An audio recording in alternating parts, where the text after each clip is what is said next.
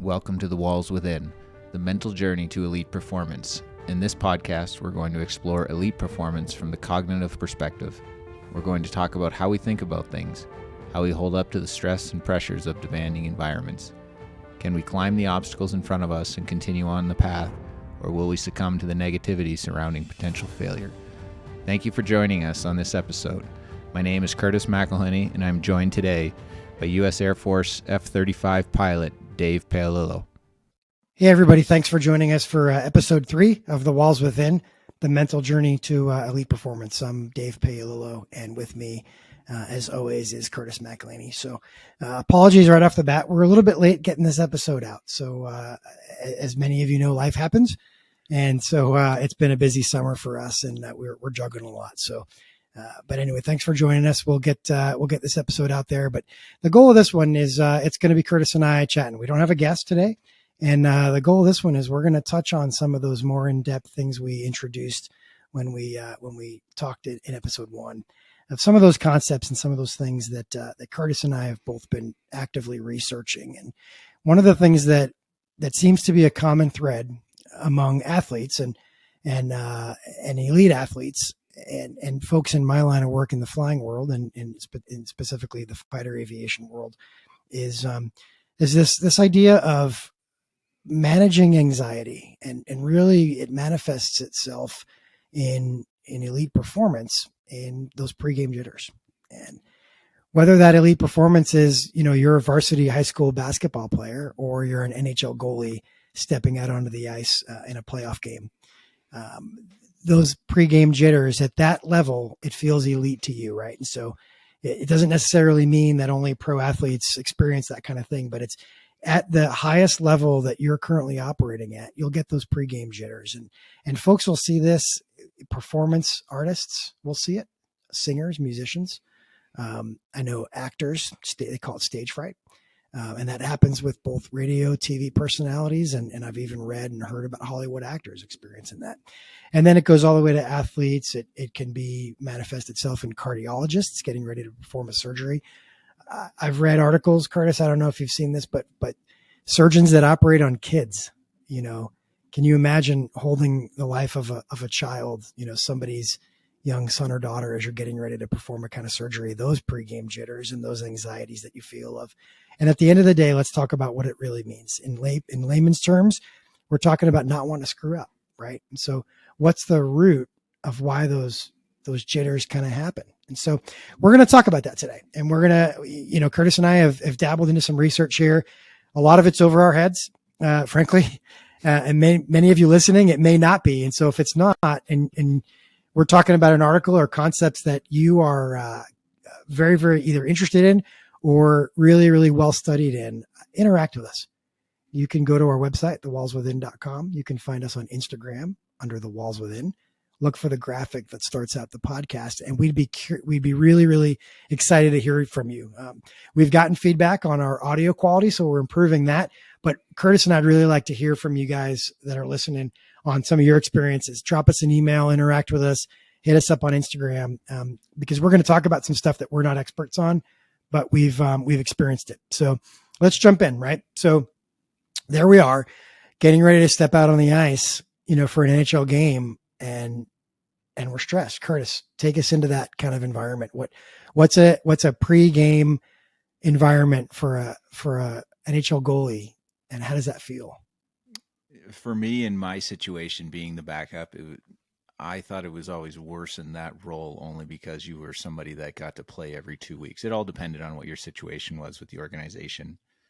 Mine was it was about 2 weeks. Maybe we're playing about 18 to 26 games in an 82 game schedule, assuming that your starting goalie's healthy and is playing up to the level that he should be playing at. So, but it was tough. I mean, I enjoyed being a starting goalie more just because you kind of got into this rhythm where regardless of what happens in your performance, you're going to be given another opportunity. And if you're the backup, that's not necessarily the case. There were a handful of instances throughout my career where, my performance level was going south, and within a matter of games, there were organizations that were making changes to the lineup.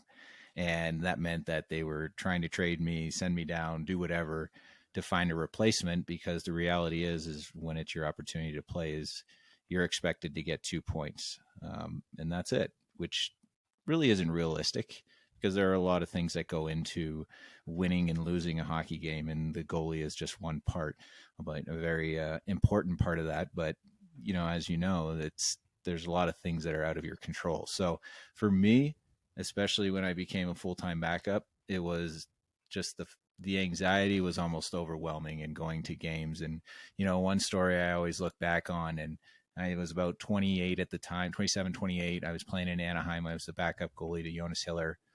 And I was playing okay, not great. The team had actually brought back Ray Emery at the time to be the third goalie, and just as an insurance policy for the team moving forward into playoffs. And you see something like that happen, and all of a sudden your mind starts wondering. You're like, what are they doing? What are they thinking? Like, am I not doing a good enough job? Is somebody not happy with me?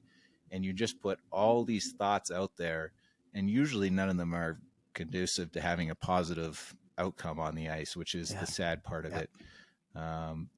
But you're just so let me ask you, because you talk about that. You say oftentimes it doesn't lead to a positive outcome on the ice, but we've all heard, and I know a lot of people listening have heard about that kind of sometimes can give you an edge, right? Like those small anxieties or those small pressures can sort of give you that competitive edge because it gets the adrenaline going. And so at what point though, did you find that it wasn't additive to your process or your pregame routine and it started to chip away? Because I think there's probably a fine line, and the line is probably different for everybody. You get, some guys call it that pregame hype, that amp, right? But at what point does that have a diminishing return where it takes away from your ability to perform? Yeah, for me, the negative outweighed the positive, and it didn't matter how much time I put in on the ice in terms of preparing myself physically for that. I wasn't mentally preparing myself. And, like I've said in the past, a lot of the things I tried to resolve myself. I wasn't seeking outside help. I was internalizing a lot of these things. I was just kind of bottling it all up. All of a sudden it would explode, and then I would pick up the pieces and put it back together. Well, up until that point in Anaheim, at least, and before that in Calgary, I was just thinking negative thoughts. And there's so much value placed on the visualization of having a positive outcome. I know there has been talk about actually visualizing a negative outcome as well as a strong way that in the event that things don't go the way you plan them, you'll be able to cope with that as well. So there are two ways of going about it. I just think for me at that time, I was letting the negative thoughts kind of outweigh some of the positive visualization and training some of the mental skills that I should have been training at that point to make sure that I wasn't letting these negative thoughts consume me, that when I went to the rink, the day of a game, if I was playing, it totally ate up my whole day. It like I said, it consumed every aspect of it. Now, the funny thing is, once I was dressed on the ice, I got through warm-ups. It was like you step onto that ice and then all of a sudden everything becomes normal again. And all those thoughts just disappear because you're so consumed with what's going on in the moment, and you're so focused on that little black puck flying all over the place that you don't have time to have any of those negative thoughts. Yeah. But I wish I had done a better job of finding ways to kind of manage that day, because I feel like I burned so much energy, not only mentally, but physically, just thinking that way. And, my emotional state, I was an absolute train wreck the day of a game. Not present at home, probably not really present at the rink. I was the guy you couldn't talk to. I had to be just all in focused. And here inside my own head was just this hamster on a wheel going a million miles an hour, and not in a good way. And it ultimately was the reason that I got pushed out of the league as well. So, it took me a while to figure out how to kind of manage those feelings and manage what I thought were expectations coming from the outside too. That was really, I think my biggest downfall is that I looked at management, I looked at coaches, I looked at players, and I thought they had all these expectations of me that were probably a lot higher than what they actually needed to be. And that's my fault. looking back on it now, but sometimes you don't really know what you don't know until it Yeah. happens. So again, I listen to that and I say, there's a bunch of things that jump out at me. One is you did function, you did step out onto the ice. And a question that I have is, one of the things that hockey fans always hear when they're watching a game is, especially when a goalie lets in, the first shot goes in, right? So, you're like 2 minutes into the game time's like 18:03 or something. Here's the first shot from the top of the circle and it goes in and it's a goal. And so from what I understand, and of course, um, talking to other goalies at a much lower level, you always want to get that first one. But listening to you talked about how, in warmups, you didn't have time to kind of freak out. And so you sort of made it happen and it clicked for you at warmups, and you weren't really dwelling in the negative at that point and stepping out onto the ice. But did it have anything to do with taking that first shot and getting yourself into that mechanism, if you will? What's that? The movie For the Love of the Game, where Kevin Costner's pitching and he talks about engage the mechanism or something, and all the fans get quiet and he just concentrates on throwing that one pitch. Did it get like that in warmups? Is it gradual? Take us into that, because I think it's really fascinating. Most folks don't ever have the opportunity to hear that insight. But was it just like a snap, like a light switch, or did it kind of gradually fade where you didn't hear the fan noise and you sort of were able to then focus on what you had to do in a functional way, right? Where you didn't crawl up in the fetal position with a Gatorade bottle and go, "I can't go on, coach. I can't play." I don't think that's happening very often. Yeah, that was the feeling before getting to the rink for sure. Like that situation in Anaheim when I kind of blew up for me. I remember going to the game. We were playing the LA Kings. As I mentioned, Emery was there and, just kind of sitting there waiting, training down in the minors. And I remember going to the rink. I had lost I think I won 3 games in a row, and then I had lost 3 in a row. And this LA game was the 4th game. And I remember before I leave the house, I'm just, these emotions are just flooding out of me and I'm an absolute train wreck. And Ashley, my wife, is there and, she's seeing me and I'm like, I don't want to drive to the rink. Like I need a flat tire. I need to run out of gas. Something's got to happen. Like I don't want to go to the rink right now. But sure enough, you pull that mask on, you show up to the rink, you give the appearance that everything is all good. And I think I gave up 3 goals on, I want to say 18 shots. So obviously not a very good stat line. And then the next day at 5 a.m. Not the worst. But, the game, the expectations, how the game unfolded, it was almost as though it was like self-manifested, right? And like I said, there's things that are out of your control. But my emotional state that day and that probably week or 2 weeks before, as I knew I was rolling downhill and was probably going to be pushed out, I think it was because of me. It was the way I handled that moment. And sure enough, lo and behold, your own internal talk. And the next day I get a phone call. Hey, you've been traded to the Tampa Bay Lightning or whatever. And it was like 5 a.m. It was like, holy smokes. Like they don't take long to make decisions around here. And yeah, it's part relief. It's part, okay, here we go again. Like we got to reload and try and do it all again. So it's a tricky thing. For me, it took a long time to learn. But nowadays, I think what specifically, to learn what was happening or learn how to get through I think that? you learn how to manage the situation, and you realize that the thoughts that are your mind is spewing out on a never-ending stream, that it's a normal thing. Now, it's a normal it's thing. not like something that you can push down either, right? You can't just say I'm True. positive, I'm happy, I'm thinking that I'm going to win. It's you have to be able to listen to your mind and what it's saying, but at the same point not let it completely take over your emotional state. It's like you have to accept the negative comments that are coming out of there, which is really challenging to do for anyone. As I said, I was 28, so I was a mature adult according to everyone out there in the public. But, inside my head, I was just, I was not fit to play hockey at the NHL level. I was not fit to play professional hockey. And part of that comes from, I was afraid to lose something that I had dreamed about doing for my entire life up to that point. And, playing at that level is Yeah. a tremendous honor. It's a incredible opportunity to set yourself up financially, to take care of your family, to achieve a goal that you have dreamed about for a very long time. And you see it slowly slipping away and you don't really know what to do. And that's hard. Do you think so? There's lots to peel back here, right? Have you heard the term "fake it till you make it"? Yeah, I was an expert at that. When you when Although, you when you yeah, right. So was I. And what do you when you hear that now?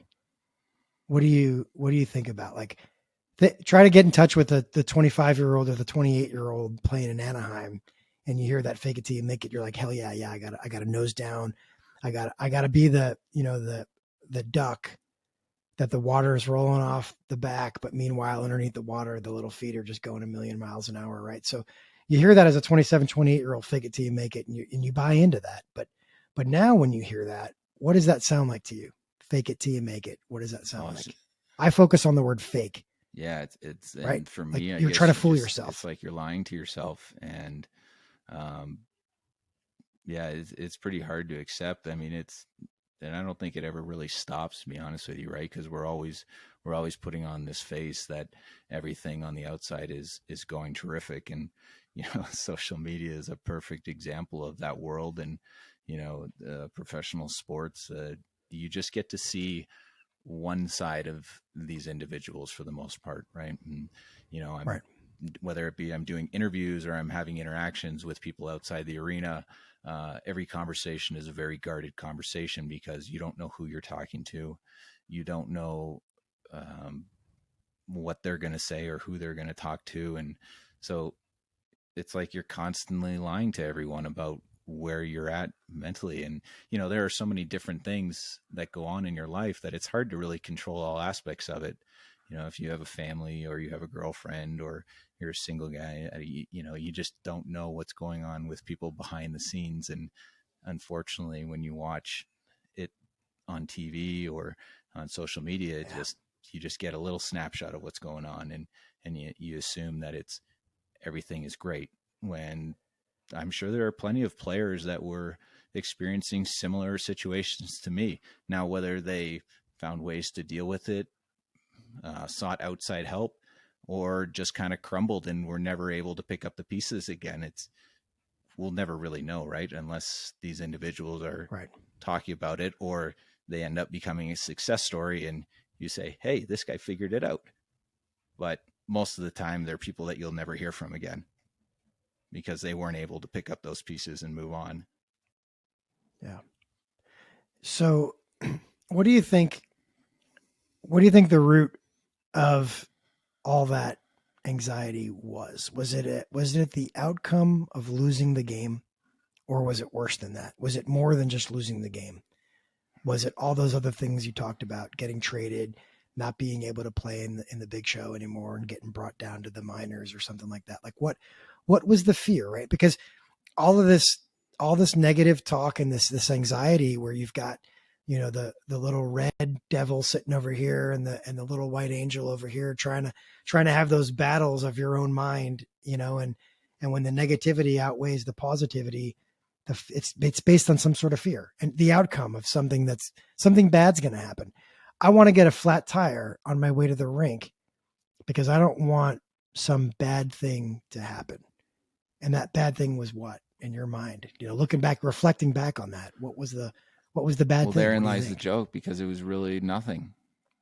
I mean, when you boil it down, and this is the thing, like we have to put all these different scenarios into context because everyone's different, but mine was really okay. So I lose my job as a professional hockey player.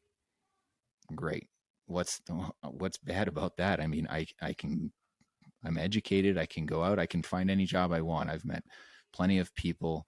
I'm more than qualified to do a number of jobs that would more than provide for my family. So when Right. you look at it like that, and I think this is what allowed me to kind of turn the corner and really focus on, well, how do you define success, and what's important to you? And The things that I thought were important when I was in my early 20s became less important as I got older. And, this is obviously it's the joy of getting older, but, these are things that I wish you could figure out when you were young, when you were growing up, and where do you put that focus and that energy on what the definition of success or a good life is for yourself. And for me, it became okay on the ice. What winning and losing is out of my control. So, well, how can I handle what I'm performing certain tasks when I go out on the ice? So I started defining success by my day to day practice habits, the things that I did well on the ice. The things that I did well in a game. Where was everybody at with my family? Uh, was I taking care of things at home? Was I achieving the goals that I set out to achieve within my own household, or was I just letting it all go to waste? And when I was playing in Anaheim and a few years before that, when the kids were really young, it, the, those things were an afterthought. And I was defining success by trying to play in the NHL and achieve winning a Stanley Cup and making a lot of money doing it. That was my sole goal. But, the interesting thing about making it to that level and getting paid lots of money to do it is a terrific, and it sets up many things afterwards. But once you get those big paychecks, you look at it and you say, well, ultimately my life hasn't really changed that much since I've got that. Yes, I can take care of certain things, but the quality of my life is not drastically changing now that I'm cashing these checks that are beyond belief. So that was an eye-opening thing for me, because I think when you're young, you just assume that you're going to get all this money and it's going to change everything and your life is going to magically be better. And there are aspects to it that do change and do make it enjoyable and allow you to do certain things. But at the end of the day, it's really, how do you define a successful life? And for me, I think my priorities might have been a little mixed up when I was starting out. So, Right. So what do you think the common threads to the person watching the NHL? You see consistent elite performance day in, day out, season after season from a lot of select players. And then you see other players where their performance ebbs and flows. Is that personality based, or are those folks that are able to consistently perform, are they do they have a secret decoder ring of some sort of workshop or some sort of training or some sort of skills development that they're getting that they're not sharing with the rest of the league? What's the secret, right? What's in the sauce that's allowing a guy like Vazzy to season after season consistently perform the way he does? To throw it out there, and you've worked with him and know his mechanism, right? So what's the secret? Is it just this innate ability to just let things roll off and not be affected? Or is there something more to it that you think, and maybe this is a leading question, because I think that these skills, they call it cognitive behavior therapy or mindfulness. There's some terms, and I think we can get into a little bit of that. There's some really cool websites with some stuff out there, but what's the secret? What do you think? And now sitting here looking back, and again, to your point, man, if I would have had that when I was 15 or 16 in high school, or even later, you just starting out your career, what would you have done differently? I think it's the internal drive, the motivation that, one, it allowed me to get to that level. And then all of a sudden you kind of get distracted by all the shiny objects once you reach that. And okay. At least for my personal experience, that's kind of what I looked at. I'm not a fancy guy by any means, so don't get me wrong, but it may have been like, oh, well, now it's about maintaining this paycheck and continuing that instead of, and this is once I got to that 28, 29 and I had been pushed out of the league and had suffered some injuries and I no longer had it. And I just had to sit on the sidelines. Well, then the priority became, well, why did I do this in the first place? And what was the reason for it? What was my why, right? And that at the end of the day, it becomes, for me, it was a love of hockey, and I genuinely love hockey. I still do to this day, and I always will. I mean, every aspect about it, I wish I could still play goalie religiously on the ice. Like that's something I truly, truly love. The position, the gear. I mean, it's just such an incredible sport. And I believe that I lost sight of it, and it became, well, now I need to set my family up, and I need to maintain this paycheck because that'll take care of me long term. And I lost sight of the game itself. And then I started putting all these outside expectations on myself to perform to what I thought were other people's expectations of me. So if I'm analyzing my own personal path, that's where I think I kind of got sidetracked a little bit. And then just the inability to kind of manage some of the emotions and things that come with that journey. And it took a while to figure out. I mean, boy, was it rough at points, but like I said, I was kind of up down the American League for a few years, and you learn some things about yourself, and then you realize what really matters. And what really mattered was, hey, I'm blessed and fortunate that I get to play hockey for a living. End of story. Like, doesn't get much better than that. Yep. It is amazing. It is amazing. So I think the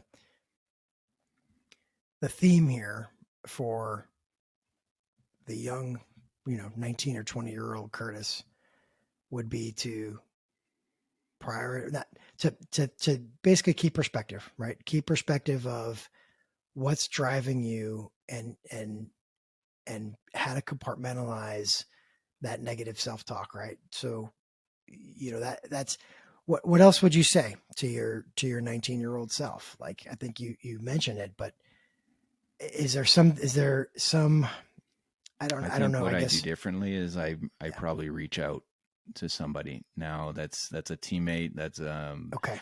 Whether there's a staff member within the organization where you can have conversations, probably would have been the right path to go for me back then. And like we talked about before, a lot of this stuff you just you keep inside that bottle because you don't want to give the appearance that there's any chinks in your armor. You put that mask on. Yay, all is good.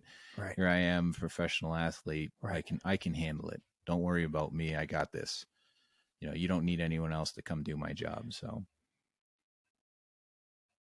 and I'm guessing that's still not a mainstream thought in professional sports, is to open up and find somebody, or is it starting to get a little bit of traction? We had Andrew last time talking to us about somebody that he confided in and was able to talk about those things, but it sounds like it may not be mainstream even yeah, today. I think it's, teammates are great. A hockey team is a special place to be. A locker room's, it's a pretty sacred place, and it's one of those few areas where you can have some, you're hanging out with those individuals quite a bit throughout the duration of the season. So you have the luxury of kind of having some late nights and some good conversations and stuff. And that's probably the starting point, I think. Yeah. And, provided you are surrounded by individuals that are maybe a little self-aware or have spoken to people in the past or have just been in contact with people that, can provide a resource that you may not know about, I think is key. But I think it is becoming more mainstream. I know a lot of teams employ sports psychologists.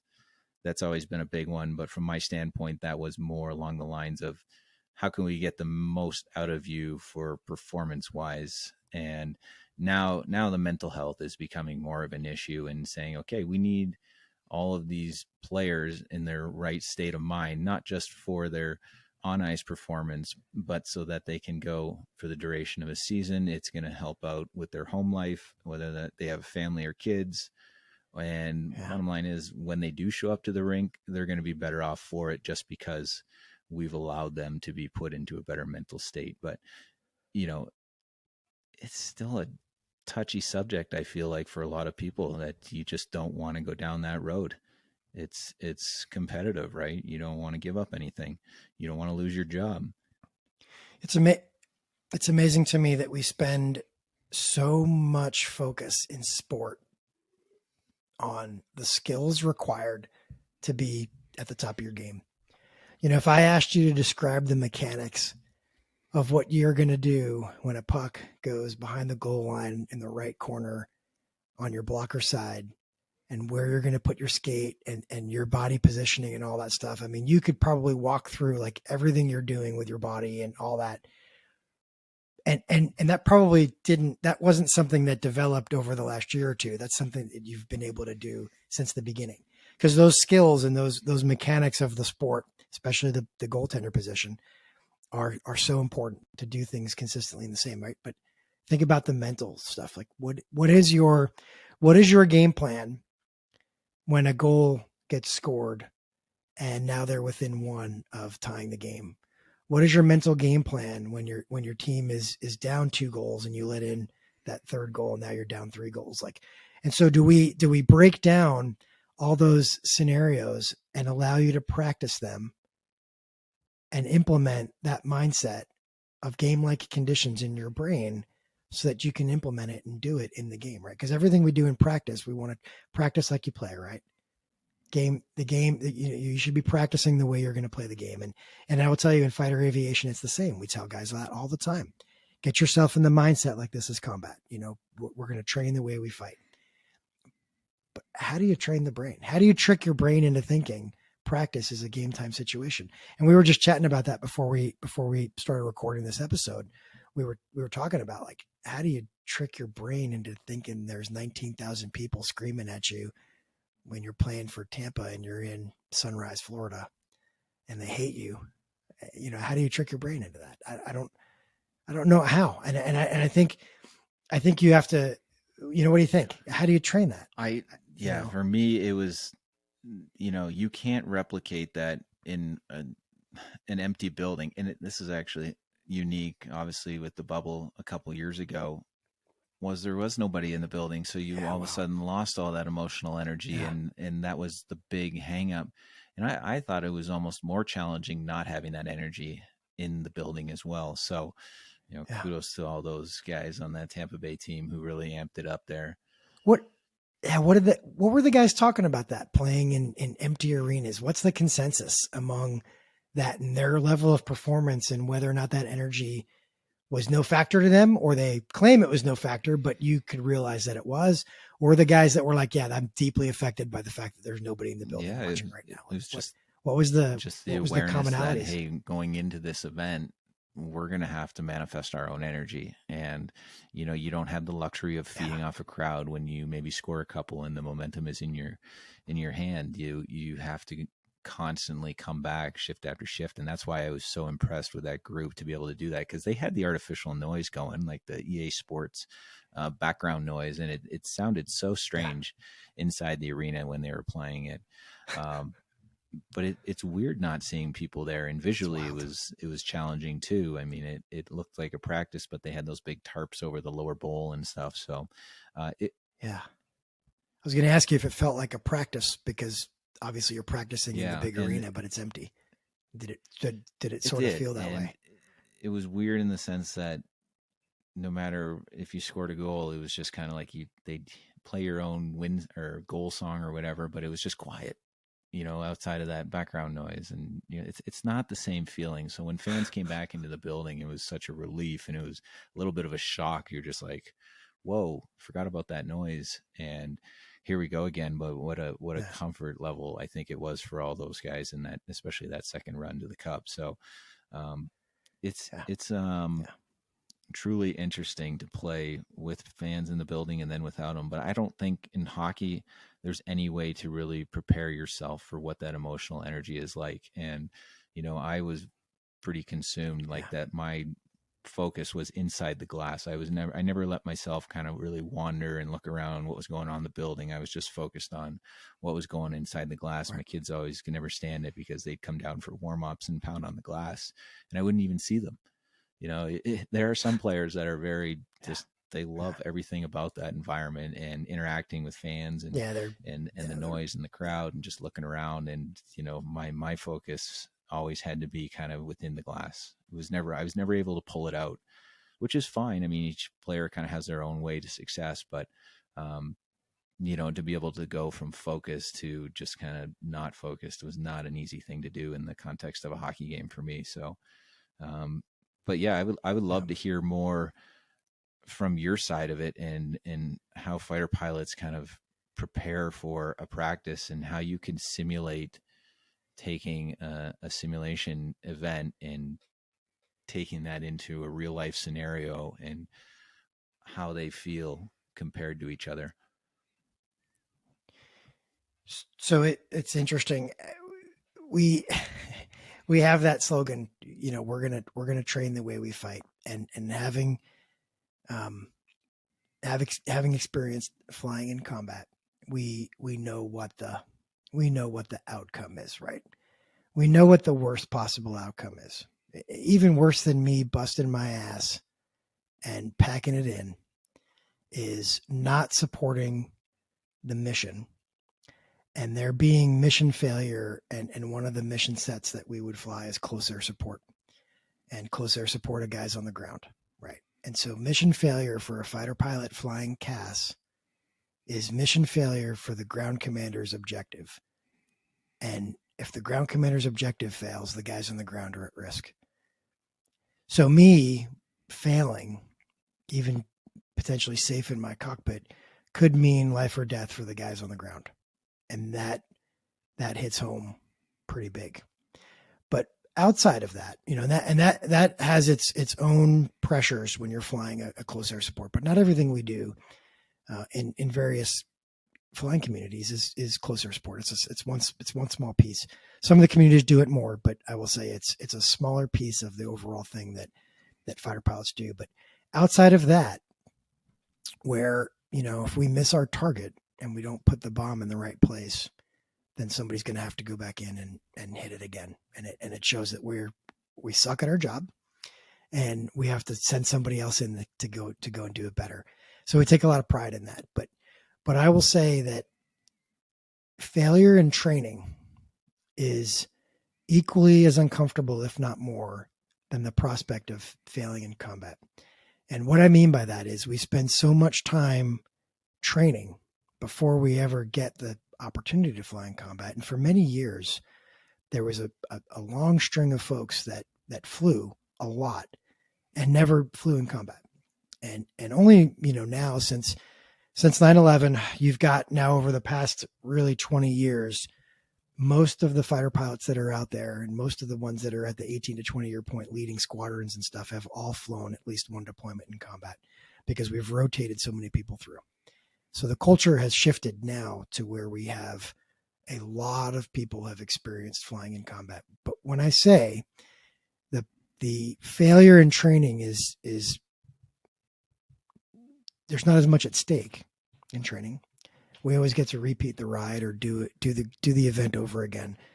But the pressure of wanting to be the best, and it sounds colloquial, you may have heard about being the best in a movie that you've seen or something like that.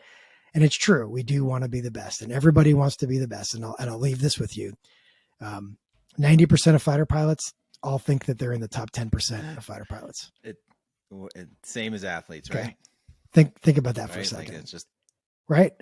We all think we are the best. And even the guys that aren't, the guys that aren't phenomenal in the airplane but they're still fighter pilots, and we all carry that swagger and that confidence. Okay. And so here's what I mean. So when I say failure in training can be worse, is the debrief. The debrief is what makes fighter pilot for us and our partners and our close partners and our allies. It's what makes us what we are. It's what makes us as precise and as tuned in and tuned up as we are. And sitting there as a failure in debrief, where all the tapes are recorded, okay, everything is broken down minute by minute. The instructor will stop the tapes and look at each individual and go, "What were you thinking? What are you looking at right now? What sensor are you focused on? What's your tactic right now? What was your game plan here? Why did you make that decision?" All those questions are nitnoid analyzed, and you're put on the spot, and you don't just get to fold your arms and go, "Well, that's what I did." You look at it and then you can judge me afterward. No, it's an interactive process. So when you go out and screw the pooch and you have a really bad mission, your debrief is going to just be brutal. And so why do we do that to ourselves? And we do it to ourselves because I've been in debriefs before where I've outranked the instructor. But if the instructor is the instructor of the ride, he's going to put me, he or her are going to put me through that experience of picking apart everything I did and why it was wrong and how I jacked it up and what I can do to make it better. The whole goal in that really uncomfortable, painful debrief. And again, this is not a side that people are ever going to see at air shows. And it's a side that probably doesn't get as much appreciation from outsiders looking in because it's always behind closed doors. It's always in classified environments. And so it's this debrief and it's this sense of every single decision we make is recorded and played back and where we put our airplane and everything. And so we take it back to that 90% of fighter pilots think they're in the top 10% of fighter pilots. We all want to be the best. We want to walk into the bar, be able to thump our chest and act like we are the best fighter pilot in the squadron that could kick anybody else's butt in the squadron. And so that confidence and that swagger is sort of what drives not wanting to embarrass yourself in debrief and wanting to not be what we call, it's funny. And I'll tell you another funny story, but we don't want to be the debrief focus point. So if I get into the debrief with a 4-ship of jets in the Strike Eagle, there was 8 folks sitting in that room with a 4-ship of Strike Eagles, 2 people per jet, right? In the F-35, it's 1 per airplane. So a 4-ship is going to debrief. 1 person's the instructor, and then there are 3 other people sitting in there, you know, following the instructor's lead and getting through the debrief. And we don't want to be the debrief focus point. Going through my process all through the years, my initials are Delta Foxtrot Papa, DFP. So it's been kind of funny at times. There's been jokes like, oh, here's Boozer. He's the walking DFP. You know, that's my initials. It's a joke, but you don't want to be the DFP. And so because of that, it forces you to at least want to be the second worst person in the room, not the worst person. Right. And so the analogy we use is in the shark infested waters of fighter aviation.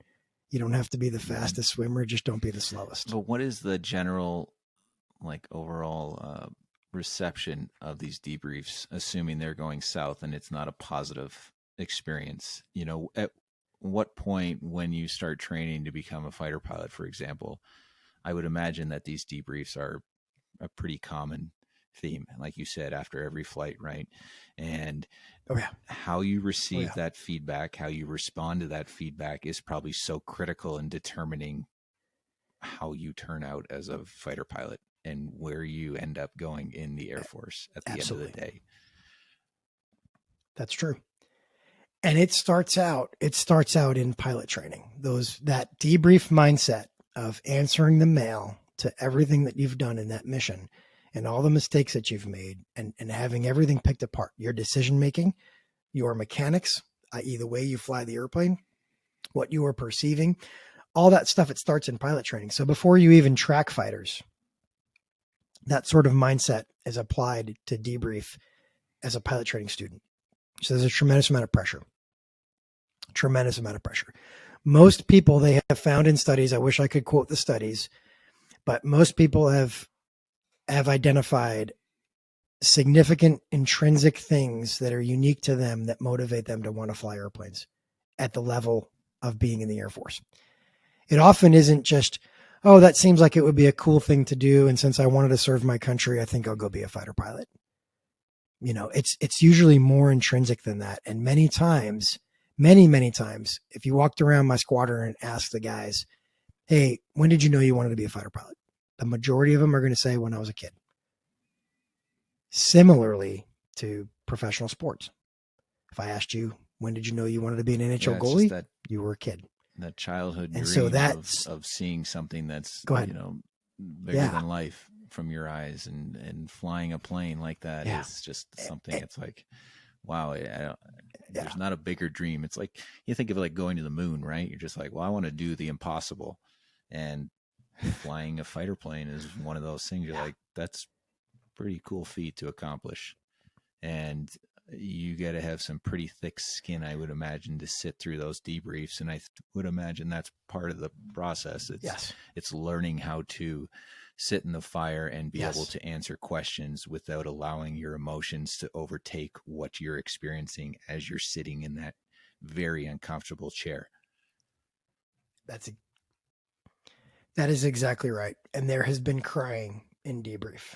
There has been all sorts of crazy emotions and things. People get frustrated. You can see their body language fold. People hang their head. I mean, it is an absolute crucible because of what's at stake. Are the debriefs something that you can go back and so watch? That's like, are you allowed to go back and watch them, or is it just an in the moment thing that you kind of have to experience it and then replay it in your own mind and say, I could have handled this. Okay. The latter. Yes. And so not only, so as a pretty senior instructor and a guy that's been doing this a little bit, one of the things we look at with young students is not only debriefing them effectively, but also debrief etiquette. So how to teach the young students how to accept debrief, how to accept feedback, make the change, make a note in your notebook, figure out, ask whatever questions you don't understand from your instruction, and then move on, not dwell on it. And one of the things that we hammer young guys and gals on is quibbling. We call it quibbling.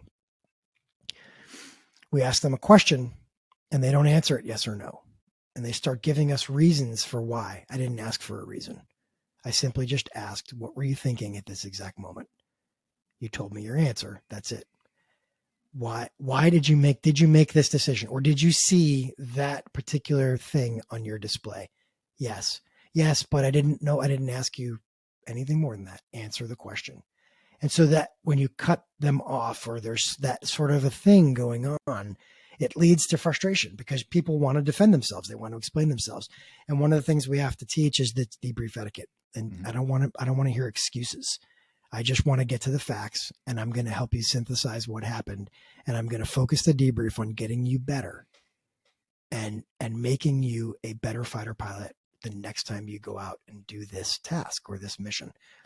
And so that's really, really tough because people innately want to make excuses if they think that there's some external reason why the mistake that was made. It wasn't my fault, or I didn't know that's what you wanted me to do. Well, when I asked you when we walked out the door, did you have any questions? You didn't have any questions. And so now you're telling me that you didn't understand my brief. It just starts spinning. And so that, holy cow.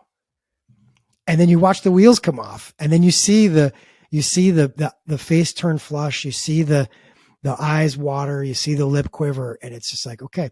And as instructors, we want to get the best out of our students, right? And so what we do is at that point we go, okay, we change the dynamic in the room. We stop the debrief. We go, let's take a quick restroom break. As instructors, we have to make, because students are going to quit learning, right? The pressure is great. The detail is immense. But at the end of the day, if they're just caught up in the emotion, we have to curb that. And we have to go back to the drawing board and figure out a way that I'm going to get them to listen. And so why all this pressure, right? Like, why do we do it? Well, because of the immense pressures of flying in combat. And that's really the reason why. And because we need to make sure that people can go right up to the brink of their performance and what they can handle emotionally and still continue through. And it's not the same, but similar to the crucible that Navy SEALs feel in their training, that when they go right to the edge of when they think they're uncomfortable, they want to stop and they push past the discomfort and they continue and they continue. And then it gets way more uncomfortable than they could have ever imagined. And guess what? They're still breathing. They're still alive. And they look around and they have their teammates next to them. And so that's in a smaller scale, but that's sort of the idea that we're trying to teach, is this idea of getting past that discomfort to the point where you're taking in information so that you can get better. Because the exact transfer of that information is sitting in combat. You've trained for the mission. Something shifts in the mission that you didn't expect. And now how do you adapt to that? Well, I'm uncomfortable, so I'm going to turn around and go home. No, Right. you don't have that option. So you've got to figure out how to take that information and apply it to what you've learned already. And you have to kind of learn on the fly. And so what winds up happening as you get to this senior point, what winds up happening in your brain is that you've taken all that really hard debrief that you've experienced at the hands of your instructors, and you actually start doing it to yourself. But you don't just wait till you land. The really phenomenal thing is when you catch yourself in execution on a really, really difficult sortie, debriefing yourself and learning as you go and figuring out, okay, that didn't go well. I'm going to try something different. But you don't dwell on what happened in the past. Much like an NHL goalie isn't going to last in the NHL very long if they're thinking about the last goal they just let in. They're thinking about how to stop the next shot. I mean, there's things that I forget now, like instantaneously, and just move on.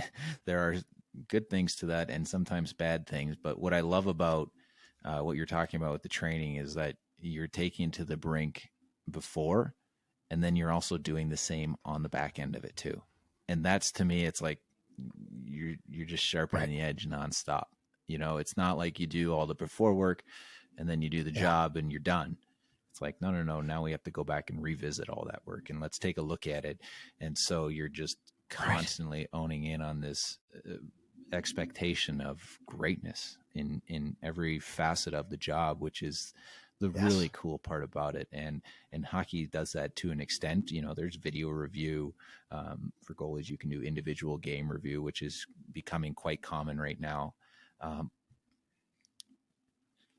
was going to ask you, looking at every goal you've let in and figured out what could I have done mechanically to not let that in. It honestly, once a game finished, the debrief for myself would start right away, and I would start replaying those incidences in my mind of what happened. I can't watch it on the Jumbotron after the goal has happened. For me, it's I need to park it, I need to move on, and I need to focus on the next shot, like you just mentioned. And we'll revisit it all as soon as this game ends and it's over with. And we'll look back at start to finish. What worked, what didn't work? Were there things that were in my control that I could have changed? Great. And if the things that are out of my control that I had they can't be changed, well, then forget about it. And that's a hockey game in general. But I just love that idea of sharpening your edge before and after, and it never ends. And you're just constantly chasing this theme of greatness. It's really unattainable, but the bottom line is when you're operating at such a high level, like flying a fighter jet or playing a professional sport, you are constantly looking for ways to sharpen that edge and get better.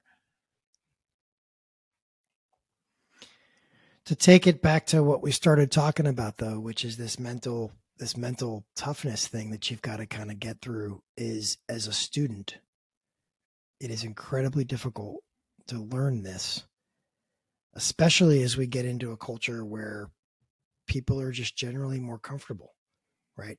You always hear the old adage, well, yeah, I used to have to walk uphill both ways in the snow to school with no shoes and all that kind of, you've heard that kind of colloquialism, right? So there's always this attitude that the older generation always thinks the younger generation has it softer, has an easier time. But what I'll say is, as a student pilot, and I mentioned this, I think previously in one of our discussions, where you have this manifestation of apprehension, and what becomes of a student that can't handle that pressure, that debrief focus, that constant attention on them. What starts to happen is this overwhelming fear. You take a person that was 6, 7, 8 years old that knew they wanted to fly in the Air Force, and they did everything they were supposed to do. They were a high school academic standout. They played a sport. They were a leader. They were a good person. They stayed out of trouble.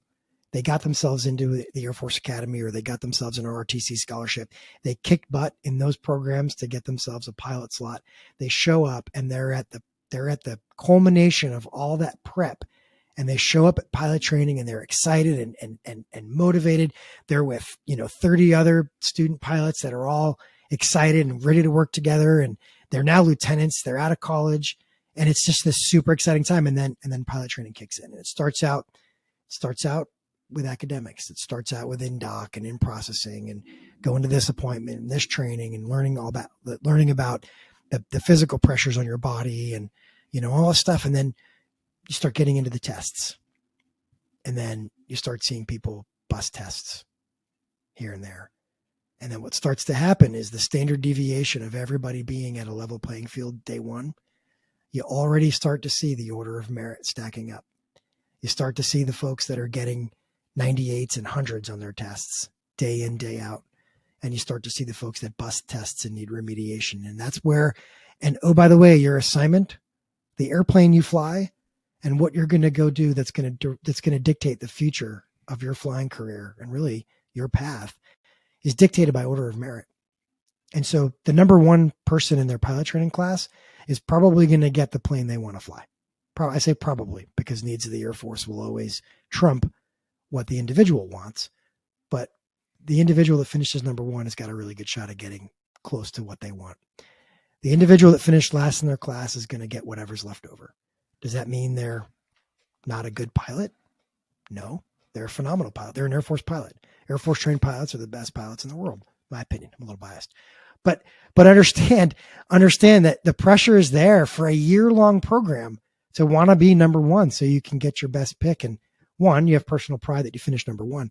And so this happens in academics before we ever even see the inside of a simulator, let alone before we have our first flight. It starts happening in testing. Then we go to sims and guys will struggle with emergency procedures. They'll struggle with academic information about systems and all that stuff. And what starts to happen is you'll start to see folks kind of ticking down into the negative talk. Gosh, maybe I'm not cut out for this. Maybe I should have done something else. Maybe I shouldn't be a pilot. And the class will typically rally around those folks, and the instructors will. The instructors want everybody to succeed. It's not a washout program. It's a wasted slot. If somebody washes out and can't complete, they can't plug somebody else in. That slot goes unfilled. And then the Air Force gets one less pilot from that class. So it's not ideal. But what'll happen is the negative talk will come in. And then we go to fly. And that's where the standard dev really opens up, right? You've got folks that just start killing the program. They come back, their instructors are smiling. They're like, oh, that guy was a natural. He flew phenomenally. And then you see the people that are just like, holy cow, that was the scariest thing I've ever done in my life, was being in an airplane with that student. And that happens as well. Then you get to the debrief, right? Because the worse the sortie goes, the harder the debrief. If a sortie goes really well, the debriefs are really comfortable and easy.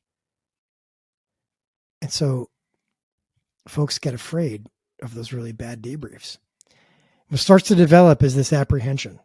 This you take somebody that's never been afraid of an airplane a day in their life, that may have flown general aviation, they may have been a licensed pilot at 16 years old, something like that. And then they start having to be subject to that scrutiny in that debrief.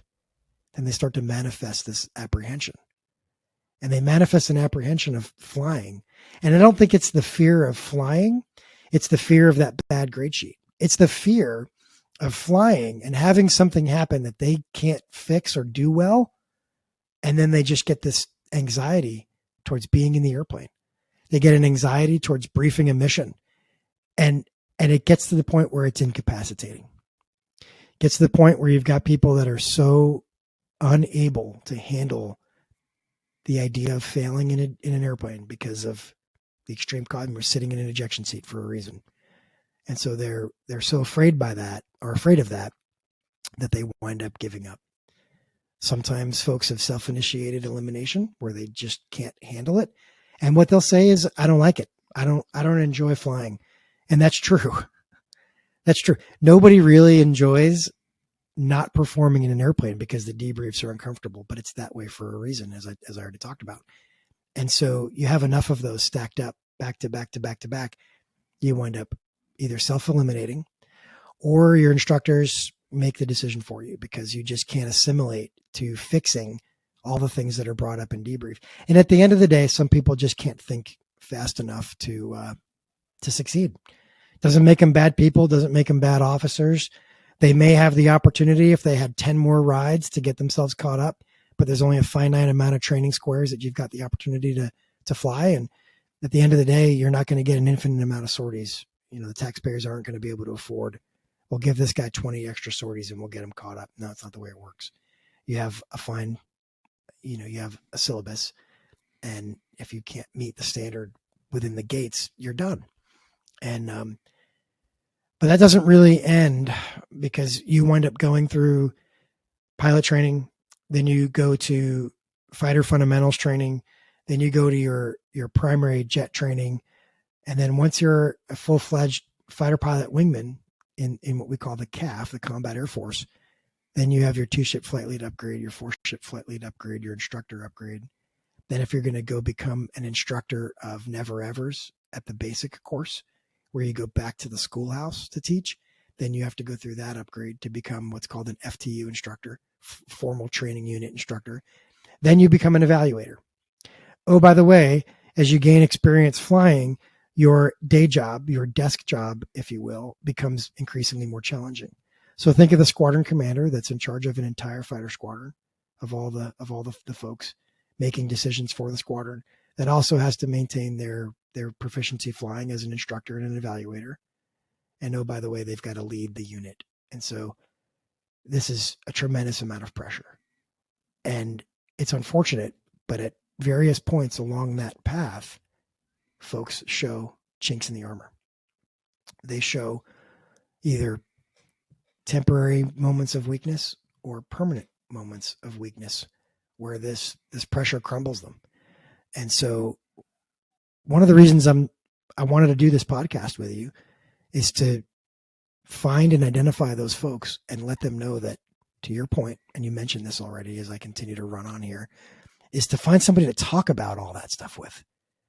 Because if you think you're less of a person, because if you think you're less of a professional athlete or less of a fighter pilot, because you have mental weakness and you want to find somebody to talk about it, I think it makes you stronger. And if the whole goal is to make you more effective in whatever your job is, whether that's stopping pucks in the National Hockey League or flying fighter jets, and if you're looking for help at the mental edge, at the mental side of things, to get better at being able to handle those burdens and stress, then why are we afraid to talk about it? It's crazy. So the cautionary tale is, guess what? It's easy for the old guys to sit here and go, hey, you should talk about it, because we've kind of arrived, right? So how do we teach the young guys and gals to know that it's okay to talk about it, but at the same time, don't be afraid of from my not completing it your would path? be, if I had been talking about this stuff before and had somebody to work with or to have conversations with, that it actually would have enhanced my performance. And whether that was the on ice performance, or just, for example, say that I burned out in the minor leagues and never really made it to the NHL, that if I had still had somebody that could have helped me understand what I was experiencing while I was going through that maybe that would have made me a stronger person moving forward in whatever life I chose to live after hockey. And there is a lot of life after hockey for most people's careers. That's Right. the luxury of it. It's, just because you don't make the NHL or you don't make it to becoming a fighter pilot, it's still important to kind of have those tools and those resources. And for me, because I was lucky enough to make it, I think if I had had that help early on, that maybe my career path might have been a little bit different. Maybe I would have gotten to play more games or to have a starting opportunity at some point. And, it's all easy to look back on now and say, well, maybe, but the reality is I know that would have helped me. I know that if I had been kind of coached through some of the things that I was going through, that I would have come out of that scenario quicker, and I wouldn't have kind of stayed in that hole for as long as I did. And, we talked about this with Ladder too, is that, we're pretty stubborn individuals. Professional athletes are stubborn people, and we're constantly looking for ways to improve. But at the same point, we don't necessarily go outside of what we know, and what we know is working hard and just trying to do it all ourselves. And I would imagine that fighter pilots are pretty strongly opinionated, strong, in a positive way. There's a reason that they got to that level, but Yes. Yeah. At times it's easy just to keep it all inside. So I think if anything, it would have enhanced my overall performance. And it worked out fine. I just think if you're a kid and or you're a junior player, or you're Yep. doing whatever, you're in high school, college, that if there's an opportunity for you to reach out to someone, it's so critical. I mean, look at it from a Exactly. positive light in terms of Exactly. this could help me expedite where I'm trying to go, or to help me further down the road.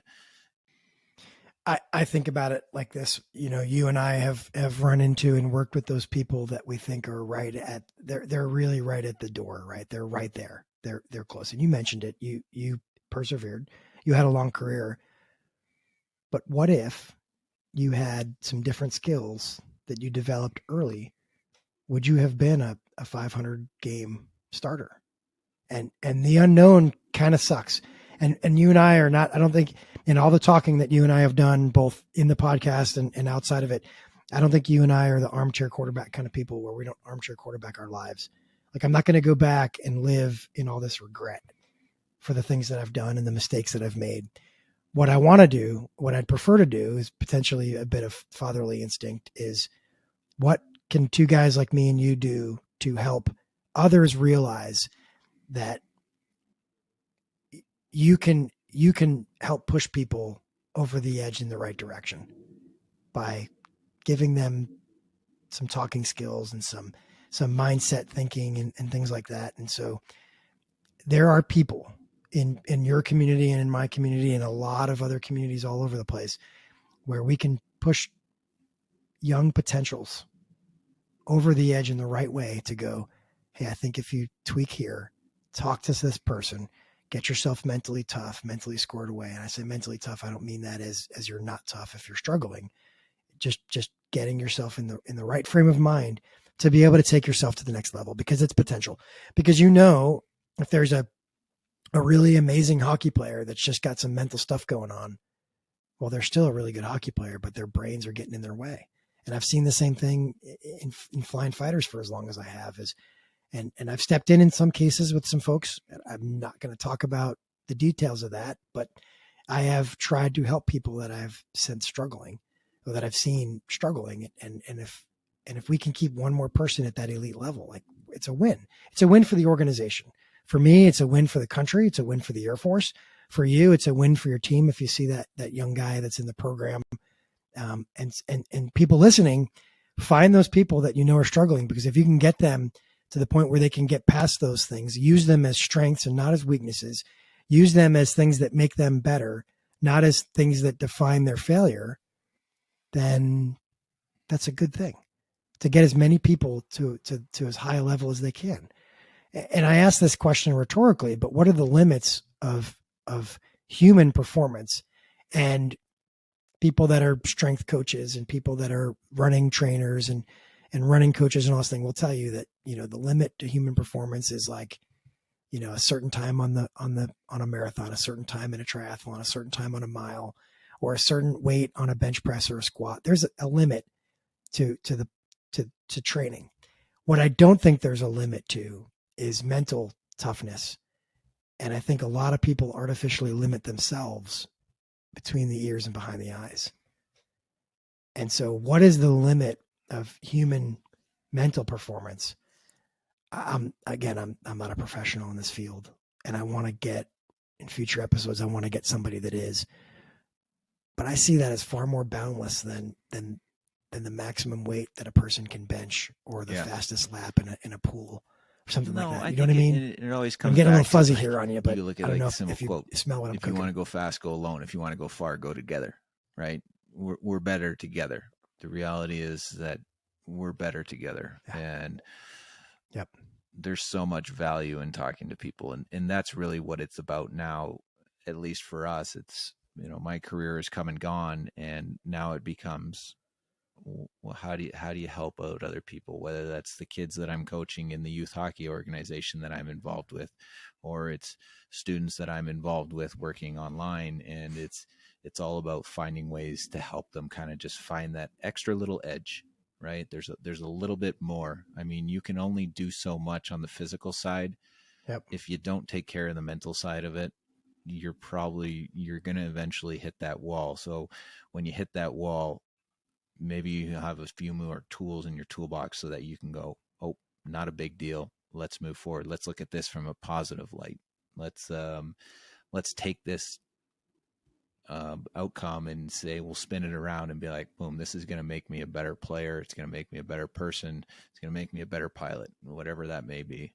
There's so much value in going outside your network and reaching out to someone and soliciting that help to help you overcome a situation. So it's true. It's true. And suppressing or repressing those feelings is not the same thing as compartmentalizing. And I think we don't take drama into our jobs. And so there's been times when I go to fly and I have to leave what's happening on the ground and whatever pressures and stress and whatever incidents or family things or whatever drama I've got, I can't bring in the airplane with me. And I think for you, you've probably had games where you've suited and played and you knew that you had to kind of check certain things at the door. I think that's compartmentalizing. But when those negativities start to creep into your performance, then that's the difference between compartmentalizing anxieties and stress, whether external or towards yourself. Yeah. Absolutely. Or when it's affecting you, and it's so kind of well that put. fine line. You know what I mean? Yeah. So you and I are notoriously good for this. We talk a lot about all of this stuff, but in the goal of trying to take it back academically or take it back to, things we learned in college of not plagiarizing ideas, which we're not. There's an article we read in the Harvard Business Review, and you and I shared it. And I was scrolling through this as we're talking, and it's by an individual by the name of Graham Jones, and this was in the Harvard Business Review 2008, so it's kind of old. But there's a quote in here, and it says, "Managing pressure is a lot easier if you can focus just on your own excellence. Top sports performers don't allow themselves to be distracted by the victories or failures of others. They concentrate on what they can control and forget the rest." That's key, right? Concentrate on what they can control and forget the rest. They rarely let themselves be sidetracked by events outside of competition. Okay, better, easier said than done. World-class golfer Darren Clarke, for example, helped lead the European team to a Ryder Cup victory in 2006, 6 weeks after the death of his beloved wife. And then it finishes with elite performers are masters of compartmentalization. And so that's functionally in a positive way dealing with stressors and negative things and anxiety and all those kind of things. You can use this Darren Clarke as an example of how to compartmentalize. But at what point, and what this article doesn't really talk a whole lot about is the after effect, because at some point you're going to have to deal with what you've just put in that little box on the shelf. You put something in, you're going to have to take it down later. And the analogy that I like to use before we go down another rabbit hole, the analogy that I like to use when I'm talking to people is you carry a backpack full of bricks. Okay. And these bricks are all these negative things, whether they're external to you, things you can't control, even some things that you intentionally pick the brick up and put it in your pack because you're carrying it, whether you're carrying it for somebody else or you just can't get rid of it, is use the analogy and kind of visualize, try to take as many bricks out of that pack as you can to make yourself lighter and more able to handle those stressors and pressures. And so I always tell guys, I'm like, hey, you got this pack of bricks, man. Like, let me carry the pack for you for a little while. Just take some of those bricks out, carry your pack, take some of the bricks out. Let me carry the pack for you for a little while. Tomorrow I'll give you the pack back.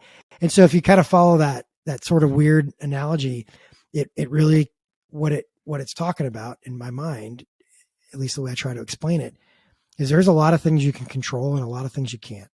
And there is no reason to be walking around carrying a bunch of bricks of things you can't control. And in your case, what I would tell the 20-something Curtis McElhaney is, hey, man, you can't control when the team is going to give up on you and trade you. You can't control that. Not necessarily, trades don't necessarily mean they're giving up on you, but you can't really control that. All you can control is your game. And you have to set small goals. you can't control the outcome of the game because there's 5 other guys on the ice, right? So you can't put the puck in the net. You're not going to score a goal. So all you can do is your share, which is keep the puck out of the net to the best you can. But at the end of the day, the rest of the team's got to put some in the other end. And so if you break it down like that, and in the flying world, control what's happening in your airplane. You can't control what the enemy is doing or the simulated enemy in a trading scenario. So you can't control that. So don't try, and don't even think about it. Don't worry about it. Just fight what you see and handle it and I think those kind of things, compartmentalizing and controlling the things you can control and taking the brick out of your pack and chucking it on the things that you can't are, again, there's probably a more eloquent and more scientific way of putting this, but that's really the advice I give to people. And so if you're listening, you're looking for me to wrap it up for you, because we've been going for about an hour and 20 here. The simplicity that's what I would say. Statement, I don't know. What do you think? Even sitting here today is just one, like hearing it and going, it's like there's like a weight that just gets lifted off your shoulders almost. And I know it's really simple. There's nothing more to it, but hearing it from somebody else means so much. And, I think the challenging part is identifying, when you see somebody going through something, or they may be going through something, is being able to kind of pick up on that. That's a very soft touch to have. Right. But, somebody saying something as simple as that is just, wow, what a relief that is. And then you can continue to unfold and unpack that situation and have those deeper conversations. Yeah. But the initial statement really could be the ticket that opens those doors and allows you to kind of start chucking bricks out of that backpack and unloading stuff that you could have been carrying around for a really long time. Yeah. And we've all got the ability to do it. Everybody that listens to these words, and everybody's got the ability to find somebody else in their life that's carrying a ton of bricks on their back and take one out for them. Figure out how to take one out for them, or get them to chuck one on the side of the road and leave it for somebody else to pick up. But I mean, the analogy is kind of funny and it kind of makes us chuckle, but I think it's kind of valid. Cast off the things that you really can't control.